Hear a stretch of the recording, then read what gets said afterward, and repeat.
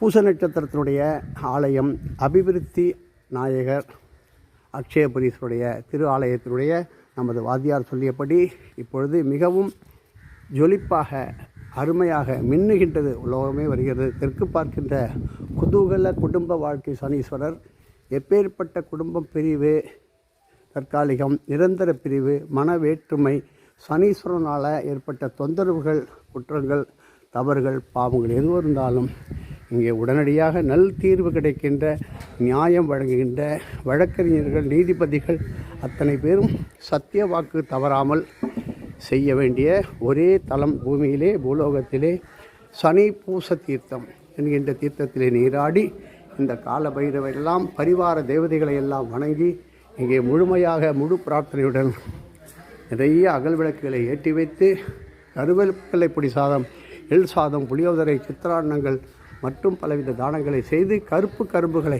பிழிந்து கரும்பு சாற்றால் அபிஷேகம் செய்து நீங்கள் வணங்கி வரும்போது வாழ்க்கையிலே இனி துன்பம் இல்லை என்பது இங்கே நிச்சயமான ஒன்று.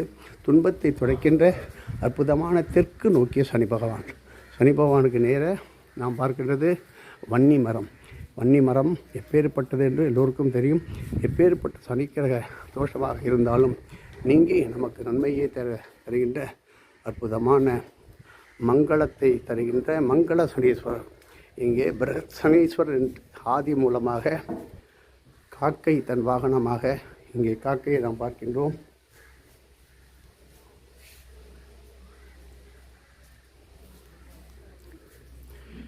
இந்த உலகத்திற்கு எதிர்வரும் காலத்திற்கு எத்தனையோ வாகனத்தில் பயணங்களிலே இடையூறுகள் ஏற்படாமல் இருப்பதற்கு இவரை தரிசித்து முறையாக நமது ஆன்மீக வழிகாட்டி அகசிய விஜயத்திலே நமது சத்குருநாதர் சொன்னபடி செய்யும் பொழுது நமக்கு வெற்றிக்கு மேல் வெற்றி, எதிலும் வெற்றி, ஜெயம், எடுக்க எடுக்க கொடுக்க கொடுக்க தர்மம் பண்ண பண்ண நமக்கு லட்சுமி கடாட்சம், ஆயுள் விருத்தி, சந்தோஷம், நோயற்ற வாழ்வு, குறைவற்ற செல்வத்தை கொடுக்கின்ற அற்புதமான இந்த சனீஸ்வரர் பகவானை பிரார்த்தனை செய்து வணங்கி மங்கள சனீஸ்வரர் மங்களம் உண்டாகட்டும் என்று இந்த மங்கள சனீஸ்வரரை நீங்கள் வணங்கும் பொழுது ஓம் சர்வமும் மங்களம். அப்படி மங்களமாக உங்களுக்கு சனீஸ்வர பகவான் காத்து கொண்டிருக்கின்றார்.